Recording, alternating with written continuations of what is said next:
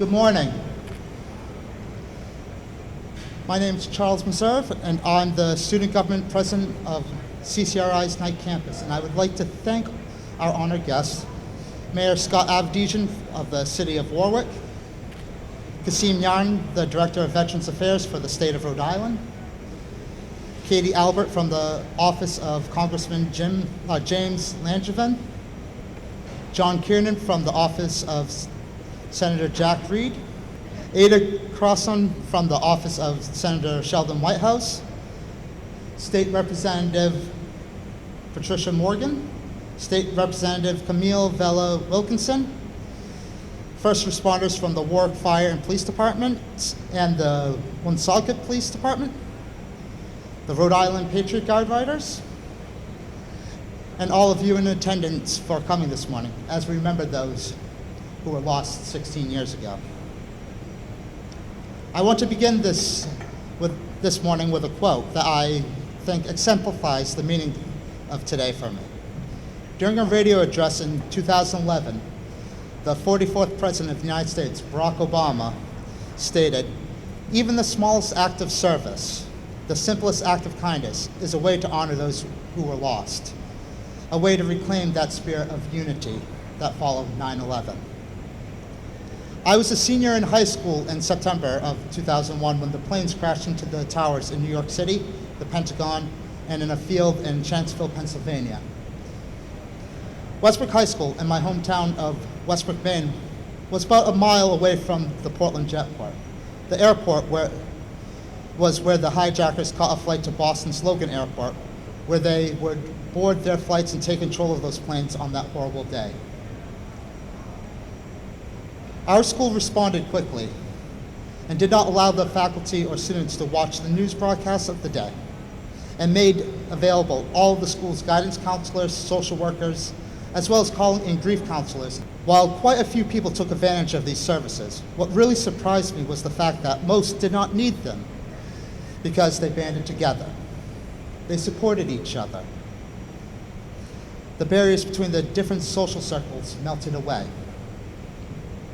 Those who never spoke to one another shared words of comfort and consoled one another, as we all realized that we were part of this great nation.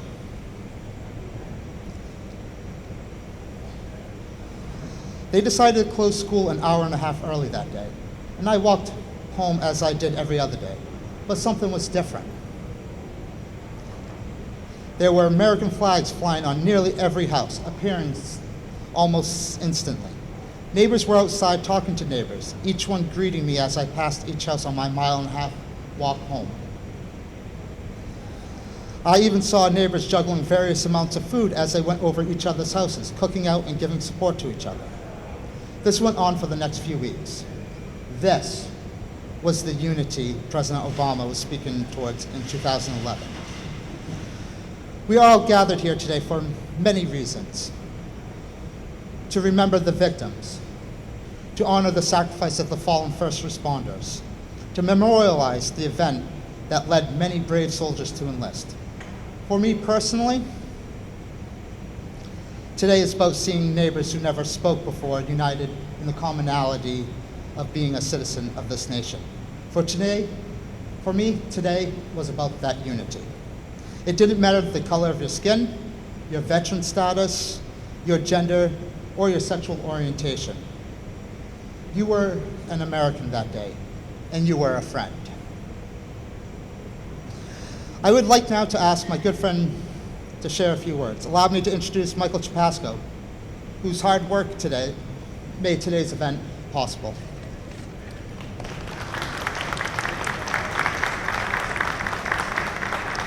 Good morning, everyone, and thank you, Charles. September 11th. This is a day where I made a life-changing decision, a decision which many of my fellow Americans made. A day where veterans got their hair cut high and tight, put on their uniforms, and laced up their boots one more time for their country. A day where our men and women in law enforcement and their canine partners, firefighters, emergency services, and many other organizations answered a similar call. a call that was answered selflessly to put their lives on the line for our fellow Americans in need. I am reminded of an old lesson that I learned during my time in service. We sign a check for up to the amount of our lives, payable to the United States of America. But on that fateful day, that check was signed by the men, women, brothers, and sisters that stand here before you today. And many gave the full amount of that check. On this day, we will remember those that lost their lives in the Twin Towers, the Pentagon, and those aboard United Flight 93 who gave their lives to stop the terrorists. We will honor those who made the ultimate sacrifice in search and rescue and recovery efforts. We will also teach our future generations to never forget that day our nation became united as one, the day we were simply one. The day we were simply Americans. I want to thank everybody in attendance today and for all of those who support this memorial in making this happen. Now at this time, I would like to introduce a woman whose passion for history, who like myself, will never let this day be forgotten. I am pleased to introduce the President of the Community College of Rhode Island, Dr. Megan Hughes.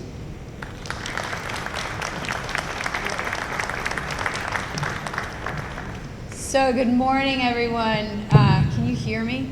Yeah.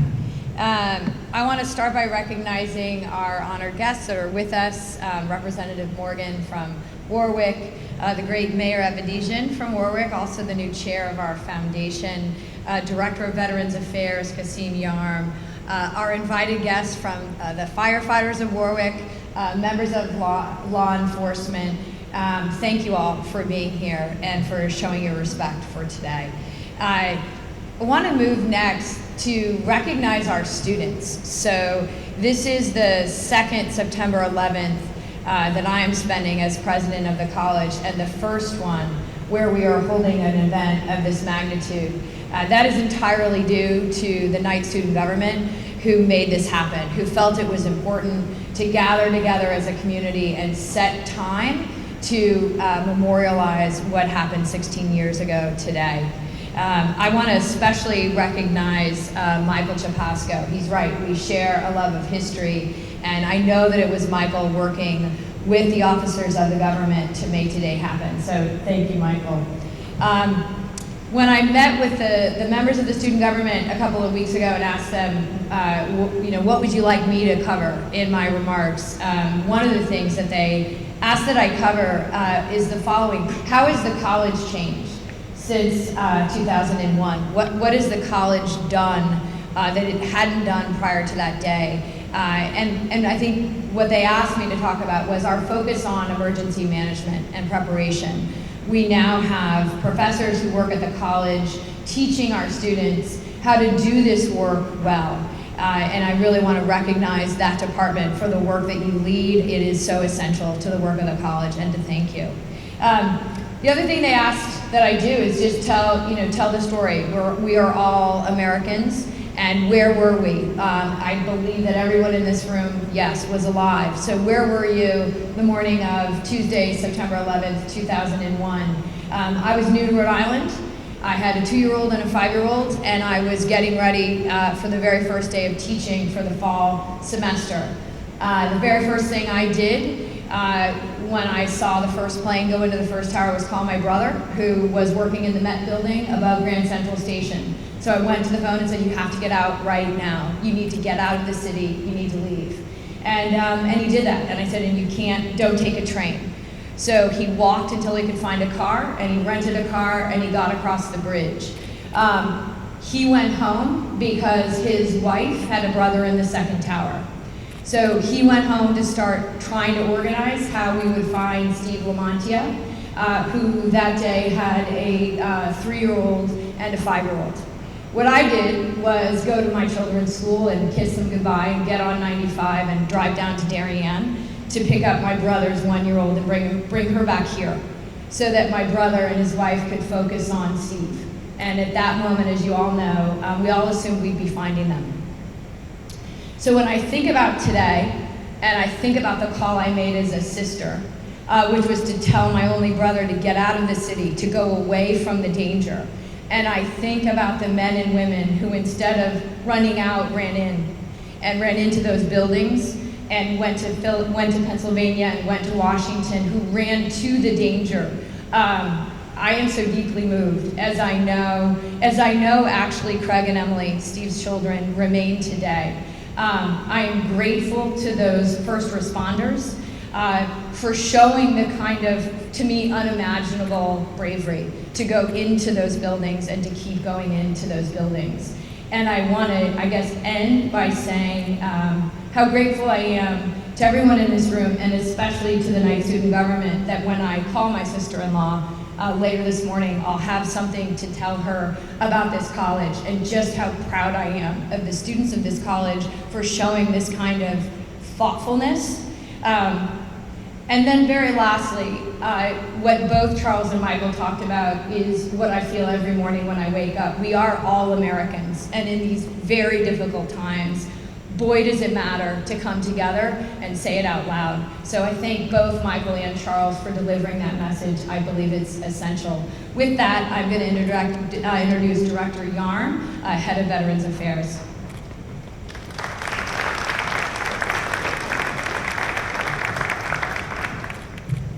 Good morning.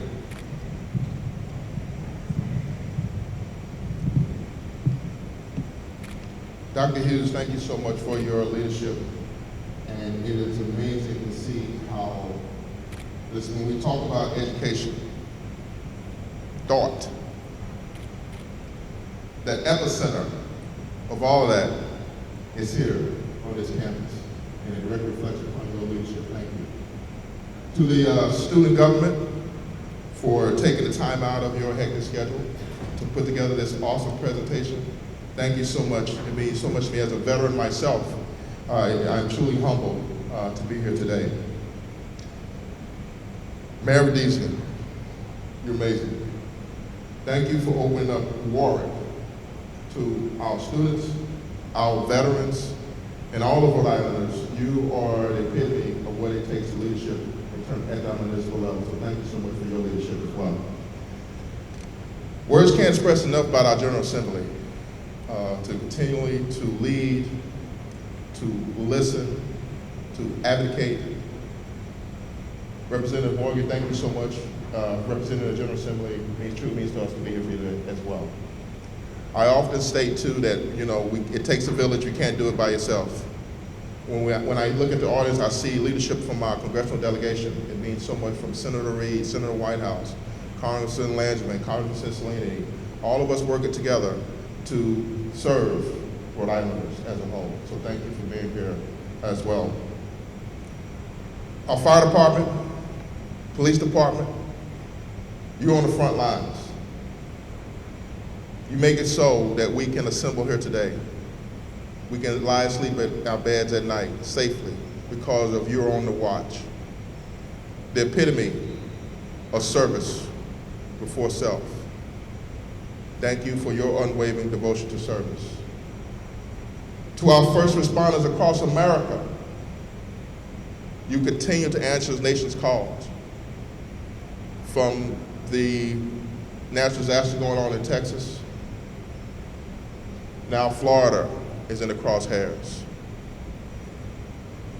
Our first responders never waver. Volunteerism. Continue to do what's right. As Dr. Hughes has so eloquently stated, we're Americans first, working together. To our Patriot riders, veterans, continue to epitomize the phrase, vets taking care of vets. Words can't express enough how you continue to be on that front line, to carry that flag with pride, honor, and courage. And if you ask any one of these volunteers if they do it over again, they do it in a heartbeat.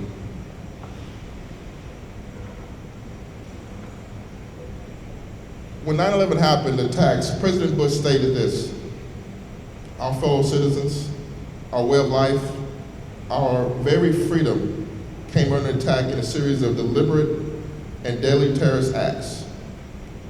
The victims were in airplanes or in offices, businessmen and women, military, federal workers, moms and dads, friends and neighbors. Thousands of our lives were suddenly ended by evil, despicable acts of terror. The pictures of airplanes flying into buildings, burning fires, huge structures collapsing that filled us with disbelief. Terrible sadness and a quiet and unity anger. Those acts of mass murder were intended to frighten our nation into chaos and retreat, but they failed. Our country is strong. A great people moved to defend a great nation.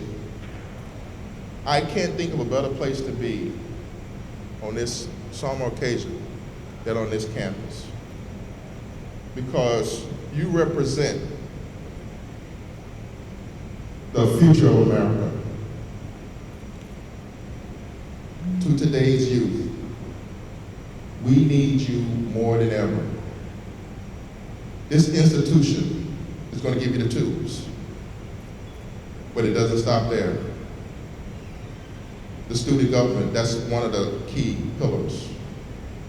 I need you all as student body to support each other, to continue to be that beacon, to take that education that you're being given you the tools with, and to lead this nation, to be a leader in Rhode Island, to have a voice. We need to hear from you, peacefully, mind you. I always say we're more alike than we are different. The state of Rhode Island is 1/9 the size of New York City. What does that illustrate? We got to work together. That's the only way possible. So on today, let's put aside some of our petty differences. Reflect, remember, honor, and teach that we must never forget. Never let our children forget the sacrifices of so many. Likewise, we are mindful of those that are currently deployed. The defenders of freedom. Our Rhode National Guard, as some of you may know, they get ready to deploy again. Per capita, Rhode Island National Guard is the second leader in the nation in deployment rates. Volunteerism, service before self. If you think about it, it's humbling. We can't do it alone. We're Rhode Islanders. All of us can do a little bit more to give a little back, to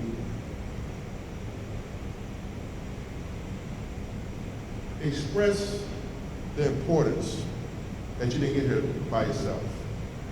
If you think for 1 second that you got to a level of success and you did it on your own, you need to take a hard look at the mirror. No one got it there. I remember when I was a little boy in Mississippi. My grandmother told me 2 things when she knew I was going to join in the Navy. She said, Jim, she called me Jim for some reason. I want you to promise me 2 things. What's that, Grandma? Promise me you're going to pray every night before you go to bed. Prayer. Believing in something that's bigger than you. Having a faith. And she said prayer, she didn't say talking about follow a certain person, a certain thing, a certain God. They talk about prayer. Pray for others. What do you pray for yourself? And she told me, the second thing she told me, to always give, to always be kind, because you didn't get there by yourself. And so as I reflect about the essence of 9/11, how do we honor the fallen? We honor them by continuing to get together, have gatherings like this, to instill the virtues of what it takes, what it called to be an American. That freedom is not free, but we have a tremendous responsibility knowing that. Leadership. We have a problem in America. We have unemployment, homelessness,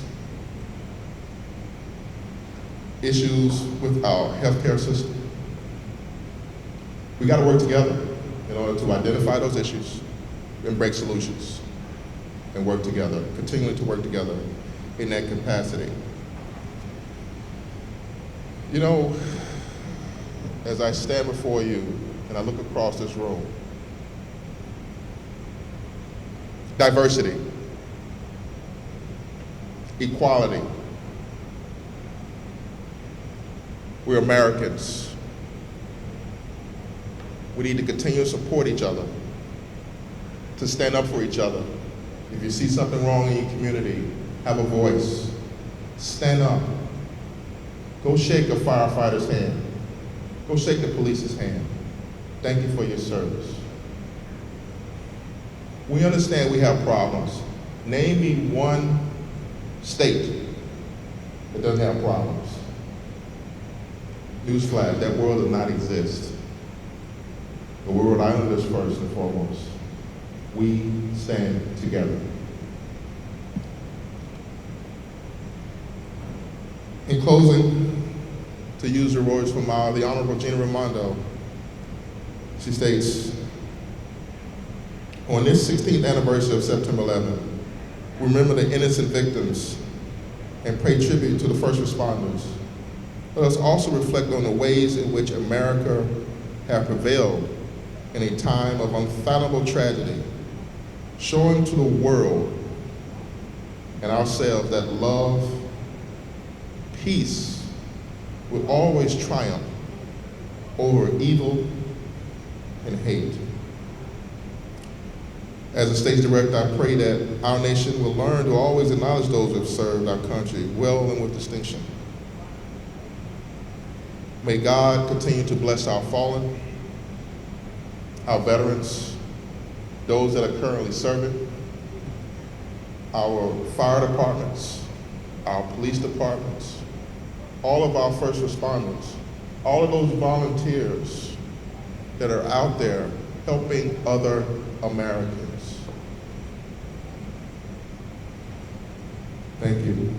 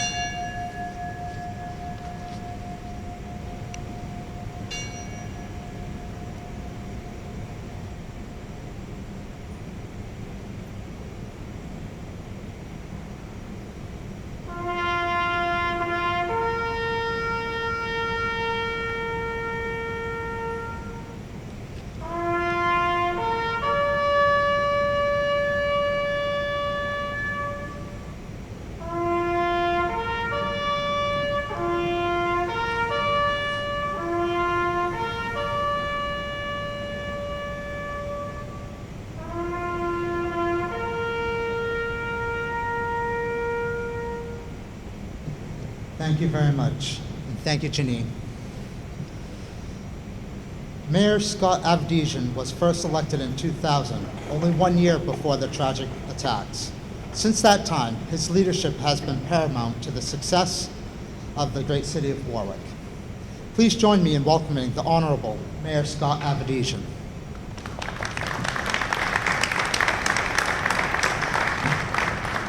Thank you, Charles. It's a pleasure to join Representative Morgan to see me on, the Director of Veterans Affairs. And Madam President, always wonderful to be on campus. I'm joined by Chief McLaughlin, Chief Kenny, Chief Hannon, members of our fire department, members of our police department, because I consider the dog a full member of the police department as well. And of course, Major Collins will always be Major Collins, even though he's over here in a new role at the community college.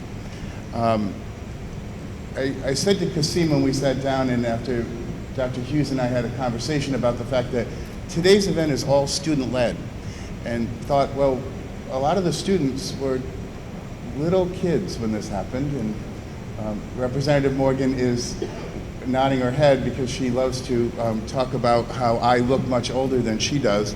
But you know, it's amazing that they always talk about how kids will really lead us, and today the kids of September 11th are leading us again. So when we leave here, the fire department, the police department, and I will go down to Oakland Beach, where we have a memorial for 3 residents of the city of Warwick who perished on September 11th. And I think of their families, and I think of their the wonderful accomplishments they had in very, very shortened lives, and am grateful that a group of people who didn't know Carol, Renee, or Mark will be here and celebrate them today and celebrate their commitment to our community. And as Dr. Hughes said, we all remember where we were, and I can tell you that I was in a meeting at the Crown Plaza when everyone's cell phones started going absolutely crazy. I ended up getting picked up by the police department and taken directly to the airport. Who knew that we would have to take control over the air traffic control tower? Something that I certainly was not prepared to go in to try to figure out how we did that. And what struck me more than anything, when all the planes were grounded, we're used to noise in this city. And when you're standing there on the tarmac at TF Green Airport and there is absolutely no noise, that silence was incredibly deafening in the whole notion that everything that we understood about life had changed in a very short period of time. So today, as we gather together to not only remember all those who gave their lives that day, and to all those who responded, it is important that we take a moment to thank the commitment and the people who followed to reinvest in one another, to reinvest in our communities, and to remind each and every one of us as to why this still is the greatest nation on earth. So I want to thank the student leadership for putting this all together. What a wonderful job you've all done, and you continue to make the college, the city of Warwick, and the state of Rhode Island incredibly proud.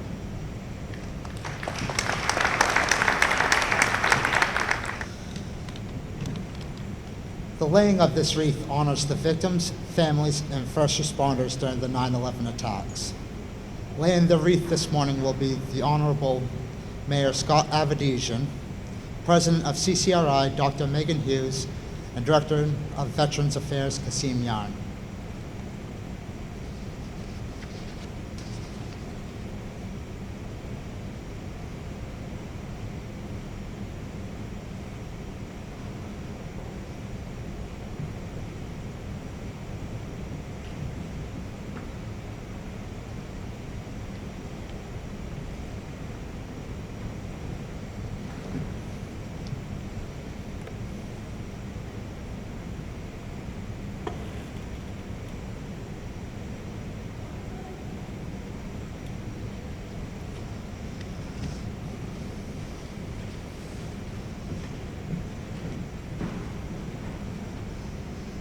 This next wreath we would like to present to the first responders from Warwick as a thank you for all their service to the community.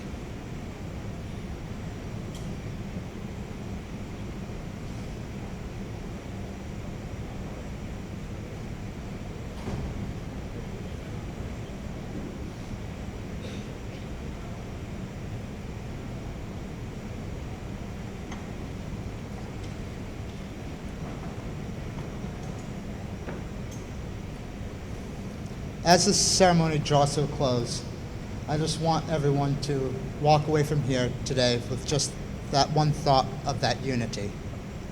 Remember your neighbors.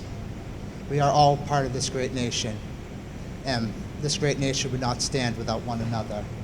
Thank you all for coming today, and have a great day.